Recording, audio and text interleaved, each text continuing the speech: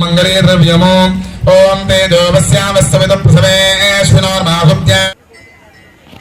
నమస్కారం, నా పేరు రాంబాబు. మీరు చూస్తున్నారు 3R న్యూస్. ఎన్టీఆర్ జిల్లా మైలవరం నియోజకవర్గం ఇబ్రహీంపట్నంలోని స్వయంభూ శ్రీ కార్యసిద్ధి దాసాంజనేయ స్వామివారి దేవాలయంలో హనుమత్ జయంతి సందర్భంగా అంగరంగ వైభవంగా వేడుకలు నిర్వహించారు. హనుమాన్ జయంతి సందర్భంగా తెల్లవారుజాము నుండి భక్తులు పెద్ద సంఖ్యలో స్వామివారిని దర్శించుకోవటం జరిగింది. స్వామివారికి వేకువజామునే సుప్రభాత సేవ, పంచామృతాభిషేక కార్యక్రమాలు కూడా నిర్వహించారు. ఉదయం 7 గంటలకు నాగావళి పూజ కార్యక్రమం, అనంతరం 7 గంటలకు సీతారామ కళ్యాణ సువర్చల హనుమత్ కళ్యాణం అంగరంగ వైభవంగా నిర్వహించారు.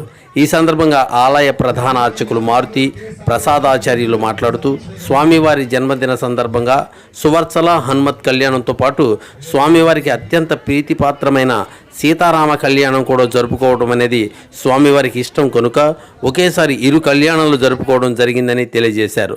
అదేవిధంగా ఈ కళ్యాణ మహోత్సవంలో పాల్గొన్న భక్తులందరికీ స్వామివారి అనుగ్రహం కలుగుతుంది అని, ఆయురారోగ్యాలు అష్టైశ్వర్యాలు సిద్ధిస్తాయని తెలిపారు. అనంతరం ఆలయ ప్రాంగణంలో అన్నప్రసాద వితరణ కూడా నిర్వహించారు. ఈ కార్యక్రమంలో స్వామివారి భక్తులు పెద్ద ఎత్తులో పాల్గొన్నారు. ఆ వివరాలు చూసేద్దాం. మనోజవం మారుతతుల్యవేగం జితేంద్రియం బుద్ధిమతాం వరిష్టం వాతాత్మజం వానరయూధముఖ్యం శ్రీరామదూతం శిరసా నమామి. వైశాఖే మాసి దశమ్యాం మందవాసరే పూర్వాభాద్రాభూతాయ మంగళం శ్రీ హనుమతే. ఈ రోజున వైశాఖ మాసము దశమి తిథి శనివారము ఆంజనేయ స్వామి వారి యొక్క జన్మదినోత్సవం అనగా స్వామివారికి తిథి శనివారము అన్నీ కలిసి వచ్చినాయి. అటువంటి రోజున మన ఇబ్రహీంపట్నం అడ్డరోడ్డులో ఏం చేసినటువంటి కార్యసిద్ధి దాసాంజనేయ స్వామి వారి దేవాలయం నందు ఉదయం స్వామివారికి సుప్రభాత సేవ జరగడం, అదనంతరం పంచామృతాల అభిషేకాది కార్యక్రమాలు 7 గంటల దగ్గర నుంచి కూడా భక్తులందరి చేత కూడా నాగవల్లి అనగా కమలపాకు పూజలు అనేవి జరగడం జరుగుతున్నది. 9 గంటల దగ్గర నుంచి మనకి సీతారామ కళ్యాణము, సువర్చల హనుమత్ కళ్యాణం అనేది మనం జరుపుకోవడం జరిగింది. స్వామివారి జన్మదినోత్సవం రోజున రామ కళ్యాణం చేయడం అనేది స్వామికి ఇష్టము కాబట్టి అందుకని విశేషంగా ఇక్కడ మాత్రమే సీతారామ కళ్యాణము, సువర్చల హనుమత్ కళ్యాణం రెండూ కూడా ఒకేసారి జరగడం జరుగుతుంది.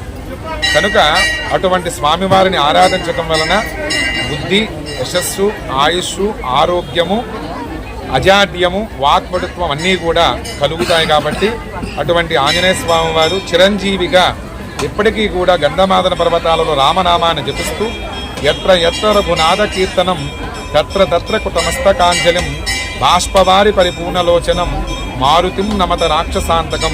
రామనామం ఎక్కడైతే ఉంటుందో అక్కడ స్వామివారు రావటం, భక్తులందరినీ అనుగ్రహించటం ఇవన్నీ కూడా జరుగుతూ ఉన్నాయి. కాబట్టి కలియుగంలో స్వామివారి యొక్క ప్రభావం అనేది చాలా ఉంటుంది.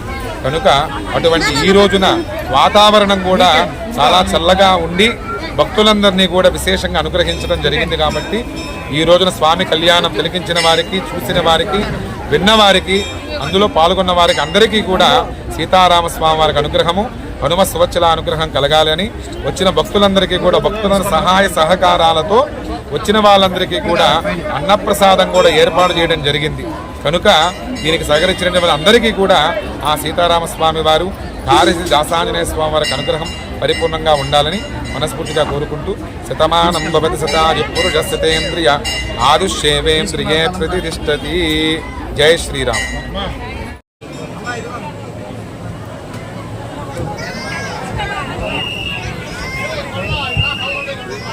అన్నీ కాకపోయినా